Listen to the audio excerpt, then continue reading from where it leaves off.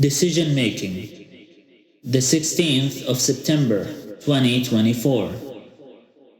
In the decision making process that leads to the creation of the new worlds or parallel worlds, it is necessary that every quantum split caused by any decision made would cause a pair of worlds as a result of each decision. If the person had done certain tasks throughout their day, each would cause a split in their timeline. When looking at the whole day for a person who woke up at 8 a.m., went out of the house door and said hello to their neighbor before getting into their car to go to work. The moment he said hello to his neighbor could be a determining factor in whether or not they have a car accident while driving. It is like if that was a habit to say hi to their neighbor, each time he does it, he will be rewarded 100 times a blessing. If a day goes by when they don't do it, it is rewarded as though it had been done once. If it ever gets close to reaching a point in which he does not do it for the personal argument with his neighbor, then instead of a blessing, they would get nothing. Blessings would be held in pause until the two neighbors resolve the dispute. Having doubt can also be a double-edged sword. In fact, everything can be a double-edged sword, except one. It is no wonder how humans were given the ultimate decision in distinguishing how they would move their compass, whether to the left or to the right, whether they would decide to help the person or to not help them. Doubt can be used as a tool, however, to distinguish reality from fiction. Is it not doubt that is the instigator of delusions to begin with? Is it not because of doubt that fiction even became a reality to begin with? There are many cases in which people would be incited towards hatred of the other person or disliking them, leading to choosing not to help them.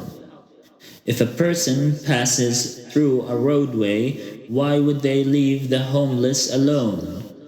Why would they not push towards helping them find shelter? If a person was walking down the street and saw a homeless person, why are we technically and reasonably torn between helping them find shelter as well as society's perception of such a phenomenon? Helping others.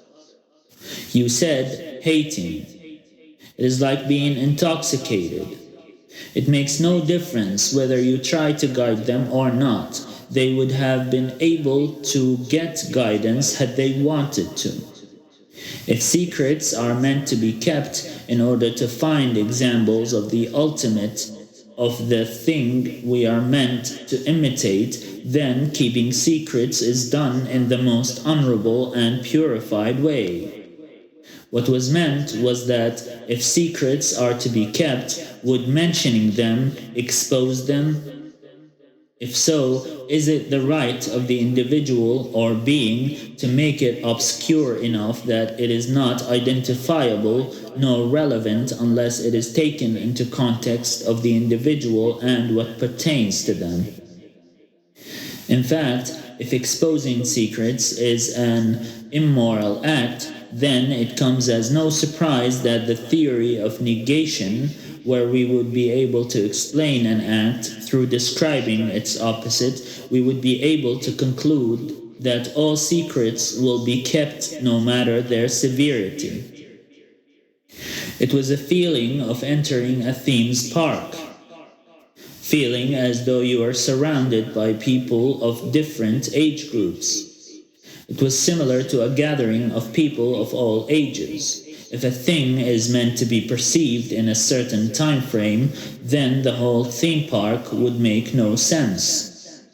It is the feeling of the fleetingness of the moment, that even if people enjoy going out to places, enjoying what enjoyments they have produced throughout the generations, they would still feel like it is an out-of-place feeling. It is something which can be looked at from its severity, how sinful it is to enjoy a life of luxury and joy and happiness when other people are feeling the opposite, showing the double nature of positive and negative motivations that human beings have. I want to have and I want are sentences that start with an affirmation of speaker or the main cause of the use of the pronoun I in the sentence aimed at formulating the concept of want or desire would describe a cryptic desire to mask their intentions and motivations or undetermined purposes. Why would something happen without a purpose? Why would any other decree be used to constrict a sign that is meant to be applicable to all? Yes, it is applicable to all people, and especially when every person's version of perception is tailored to their beliefs at the time they are brought back.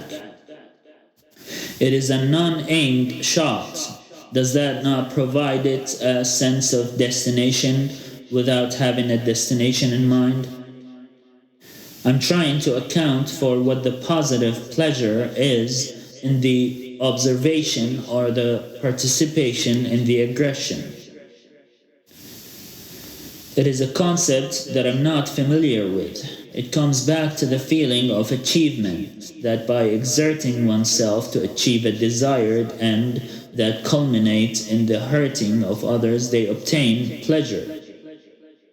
The term that should have been used instead was satisfaction. It is not pleasurable to participate in an aggression, just as it is not pleasurable to watch it being applied to someone or even punishment be exacted upon someone. It is only satisfactory.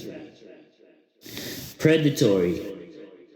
Psychopaths seem to do that because they will manipulate. They often have to move from place to place because people figure them out, but they will use short-term dominance strategies. Short-term mating strategies. That's unwarranted. He is very high and conscientious. That's why they were created, to make us marvel at creation. I can't speak for the jealousy of others. Is meaning what you mean equitable to being what you are? How is that even relatable to the concept of relevance across different time frames? If rationality is a fork in the road caused by answers to specific questions that cause parallel reality to split with each choice, then how can the road consequently resolve itself back to a single road at the end?